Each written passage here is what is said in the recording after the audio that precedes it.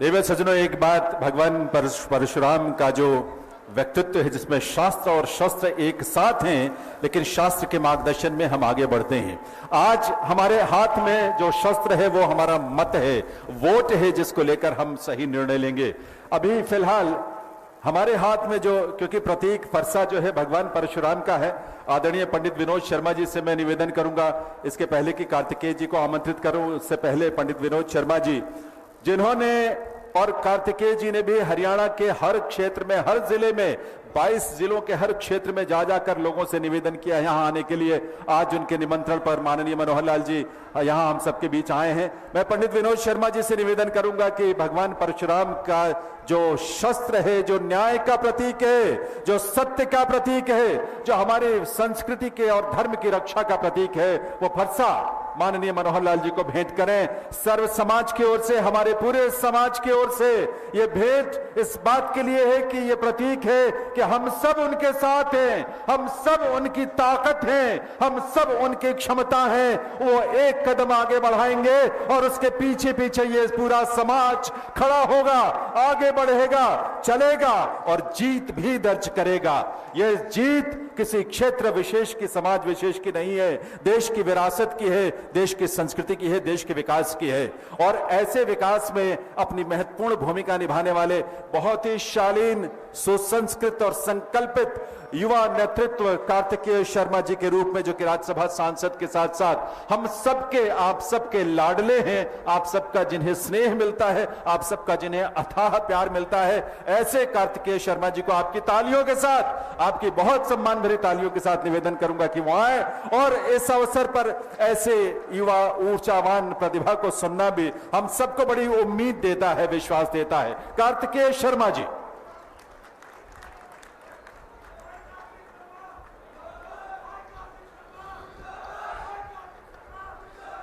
सबसे पहले बोलिए भगवान परशुराम जी की, भगवान परशुराम जी की, भगवान परशुराम जी की।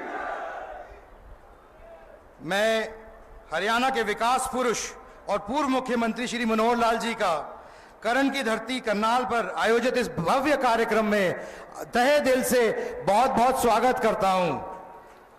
और साथ में बैठे मेरे प्रेरणा स्रोत्र, मेरे पिताजी श्री विनोद शर्मा जी, उनका भी मैं बहुत बहुत स्वागत करता हूं, जिन्होंने हर मोड़ पर आपकी लड़ाई लड़ने का काम किया है, आपके लिए लड़ने का काम किया है। मेरी माता श्री शक्ति रानी शर्मा जी, जिन्होंने अभी तक पिछले 30 साल में इतना काम किया है अंबाला की जनता का कि उनका आशीर्वाद और प्यार सदैव हमेशा हमें साथ रहता है।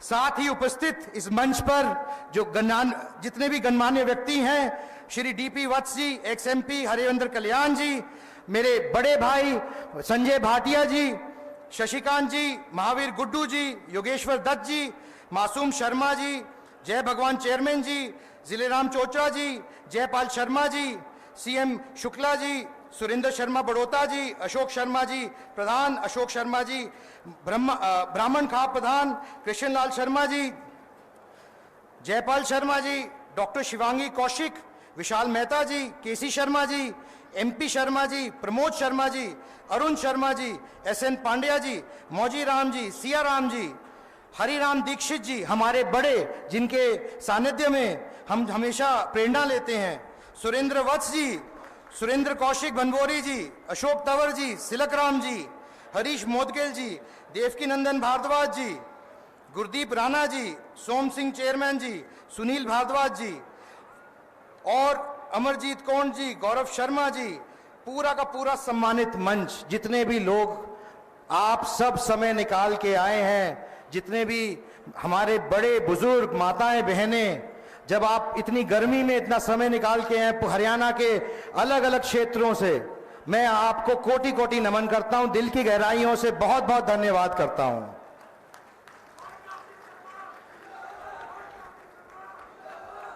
मैं बात करना चाहता हूं भगवान परशुराम जी की। भगवान परशुराम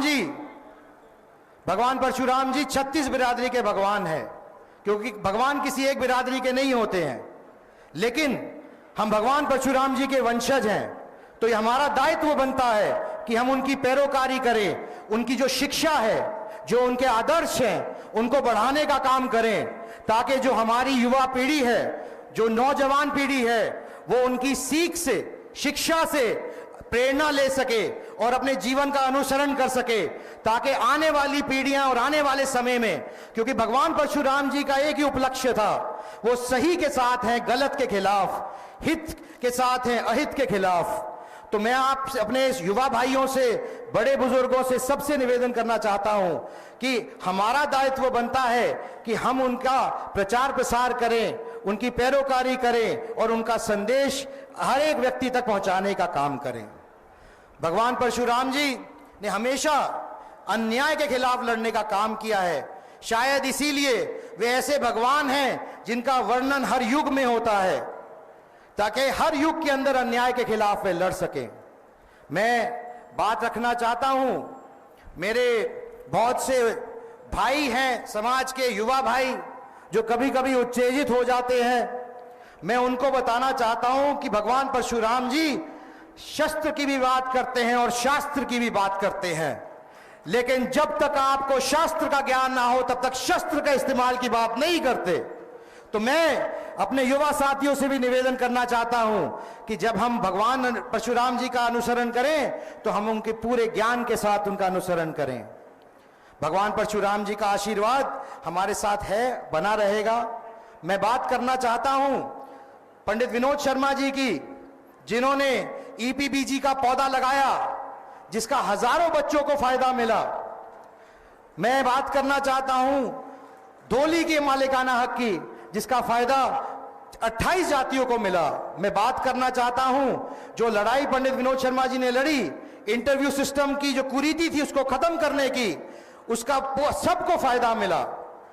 मैं बात करना चाहता हूं आपके सरोकार की, जो हमेशा पंडित विनोद शर्मा जी ने लड़ा है और आपके लिए लड़ने का काम किया है, गरीब आदमी के लिए लड़ने का काम किया है। मैं भी उनसे प्रेरणा लेता हूं और मैं आपको स्पष्ट करता हूं और आश्वासन दिलाता हूं, मैं भी उनके दिखाए हुए रास्ते पे जरूर चलूंगा।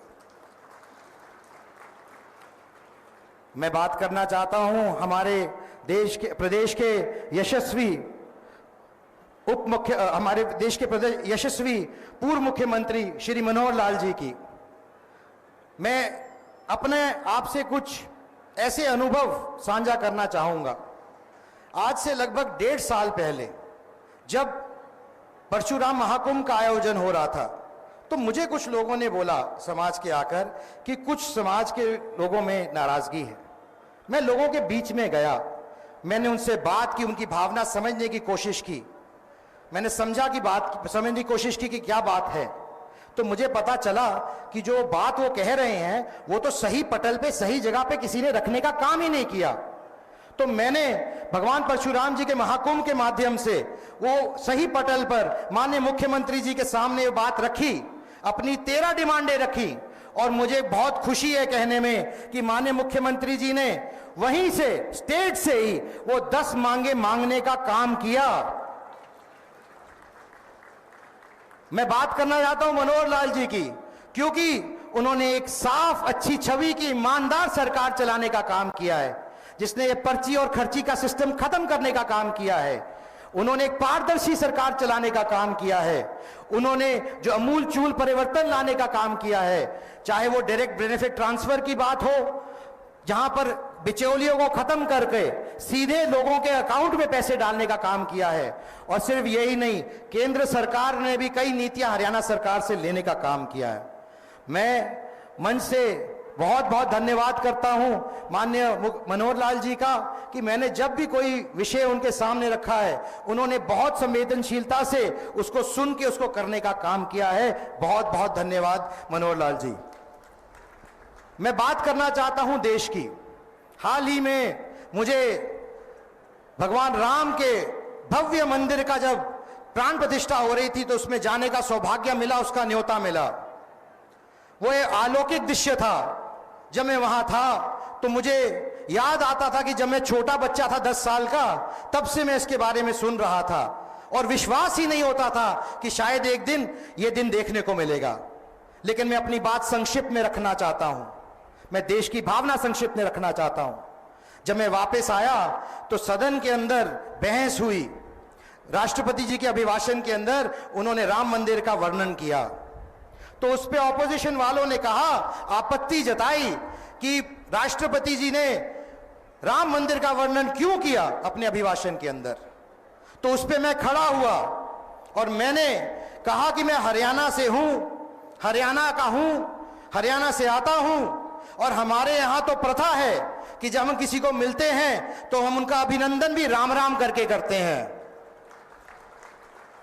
यह विषय आस्था का विषय है, 140 करोड़ की भावना का विषय है। कृपया करके इसका तुष्टीकरण ना करें, नहीं तो देश की जनता आपको माफ नहीं करेगी।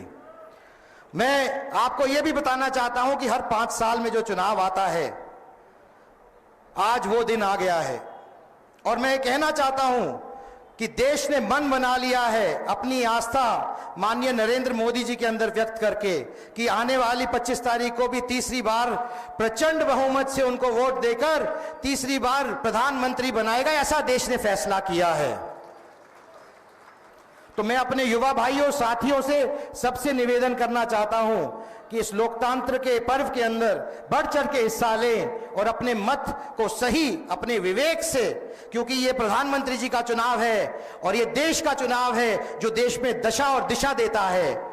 मैं बहुत ज्यादा ना कहते हुए आप लोगों से एक बार पुनः धन्यवाद करना चाहता हूं कि आप अपना समय निकाल के आए और आपने आशीर्वाद दिया।